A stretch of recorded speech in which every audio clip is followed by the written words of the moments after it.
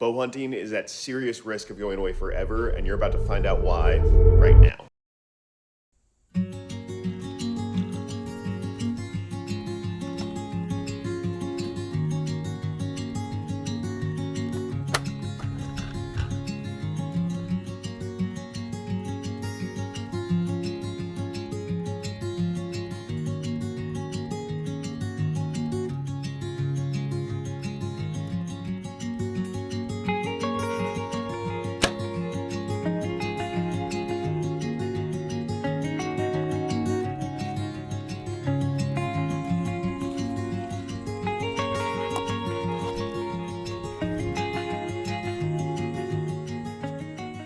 So bow hunting and archery as kind of a broader idea are in danger. They're in a very unique and delicate spot. And I think you know that because there was a little piece of you that saw this video, saw the thumbnail, read the title, and went, yeah, well, this guy might be onto something. And so you clicked on the video, right?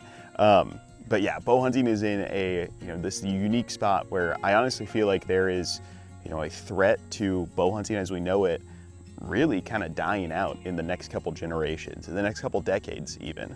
And as someone who, I want my kids to bow hunt, I want my grandkids to bow hunt, I want to be able to make fake hunting stories up to tell them. I want it to still be like a relevant thing in their lives when they're my age. And with what I'm going to talk about, if it keeps up, right, like it's just not looking good. It's not looking like it's going to happen, in my opinion.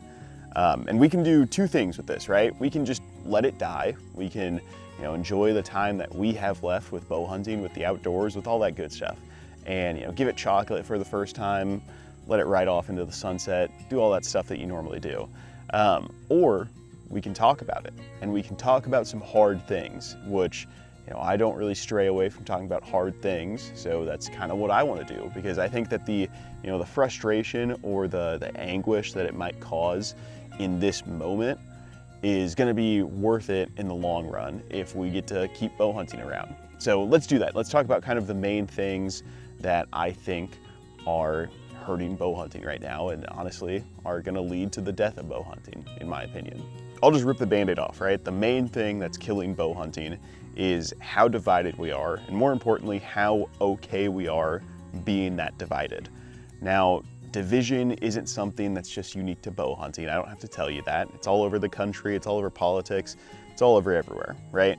But the irony with all that stuff is, and especially in politics, is that, oftentimes you have more in common with a person that you disagree with than you don't.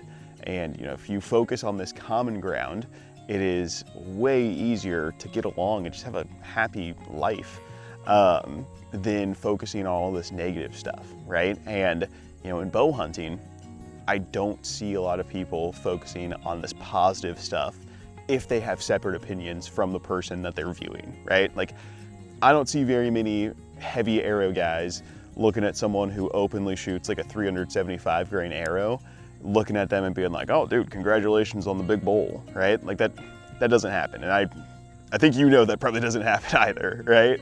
And we're just okay with it. It's very concerning to me about how, we're a small enough group as is. We have this super small population size, and we are perfectly willing to break ourselves up into these even smaller groups, whatever it is, right? Heavy arrows or light arrows, like I said, or, whether you think that you're a public land hunter or a private land hunter or a high fence hunter or Matthews and Hoyt, yada, yada, all this stuff.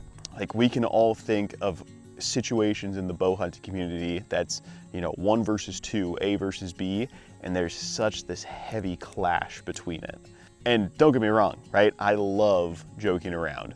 I will make fun of any heavy arrow guy any day of the week because it's pretty easy to do.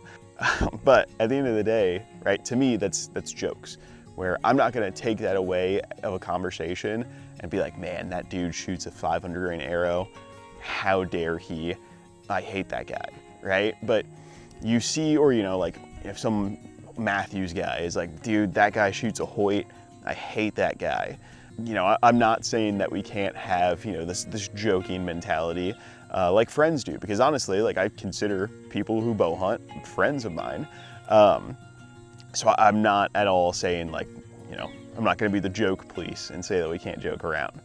But what I am saying is that this weird phenomenon that happens, and but it boils down to internet trolls, or just kind of trolls in general, right? Not just on the internet, where we have this like weirdly large portion, or this weirdly large ratio of trolls to just people who are just trying to enjoy archery. And it's weird. Like, my favorite thing to do is go to Facebook and go onto Facebook Reels and just scroll until I see a archery video that can be somewhat controversial, or just like the lightest, most vanilla archery video. And there is undoubtedly gonna be a super large ratio of trolls in that comment section. And you probably know what I'm talking about, where it could be anything. It could be some guy shooting a Hoyt, and he makes a bad shot on a deer, and there's some dude in the comments like, that wouldn't have been a bad shot if you were pulling back a Matthews bow, right? Like, that's bad joke, okay? But if you're just joking around, that's fun, right? That's okay. Again, kind of a cheesy joke. But, you have this thought of, okay, that's probably a joke. You see that comment and you're like, man, that guy's probably joking. We're good to go. And for you Matthew guys, sorry, calm down. Whatever bow brand this imaginary troll is in favor of, right? But you think, this person's probably joking, right? I don't think that they are. And it's crazy because it's very specific to, the bow hunting community, in my experience, and the firearms community, where these trolls are like serious. And I think that they take this away and actually like get angry at stuff where, I think that someone sees this thing of like, man, this guy shoots a heavy arrow and I shoot light arrows, so I hate this guy who shoots heavy arrows. And I think that they take it away into like everyday life, and that it genuinely affects how they interact with people, which is crazy. I don't need to say that, right? That goes without being said. But it doesn't help the sport. It doesn't help the appearance of the sport. It doesn't help impressions of the sport to other people.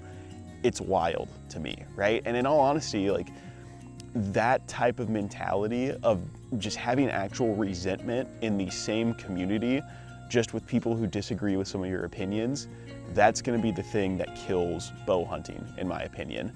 Because, as someone who might just come across somebody who bow hunts in everyday life, like, man, there's a lot of douchebags who talk about bow hunting.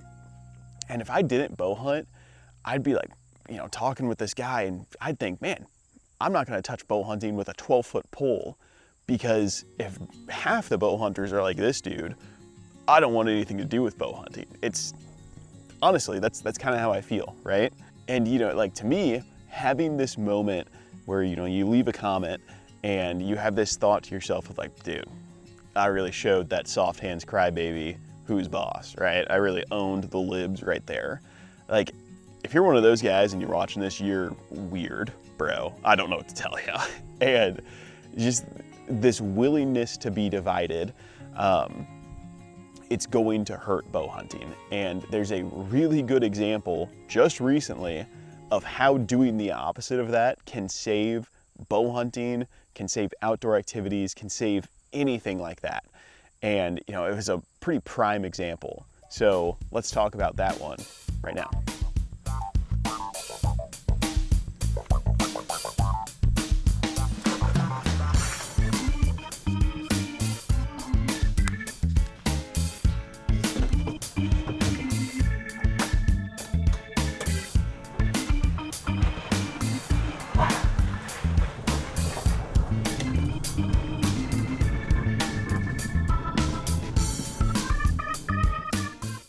So, our public lands. A couple months ago, they were in some pretty serious danger. It was when this big, beautiful bill was gonna pass, and everything was gonna come through, and it was gonna fix everything and be perfect sunshine and rainbows, right? And in that process, they slipped in this little thing, this little portion of the bill that was going to sell off however many millions of acres of public land, right? Not land that belongs to bow hunters or rifle hunters or hikers, land that belongs to everybody in the outdoor space. And people, obviously, were not very happy. I wasn't happy. A lot of people weren't happy. And the main thing that fixed that and saved that situation, and at least, you know, postponed this fight for public lands that is continuously ongoing, was people in the outdoor community, not people who are, you know, die-hard, avid outdoorsmen, just even regular, everyday people who maybe hike sometimes and go out and like being out and active on the weekends. Them coming together and activating to stop the sale of public lands. I'm gonna be honest, if it was just bow hunters in that fight, if it was just bow hunters advocating for, you know, getting rid of, you know, this proposal to sell off all this public land, guys, I don't think that we would have done it because of how divided the community is. I don't think that we would have been able to come together and agree on a situation like that. I just can't imagine Ranch Fairy sitting down with, you know, choose your pick of UltraView fanboys and having a conversation and agreeing that we should not sell our public land without disagreeing on multiple other things first.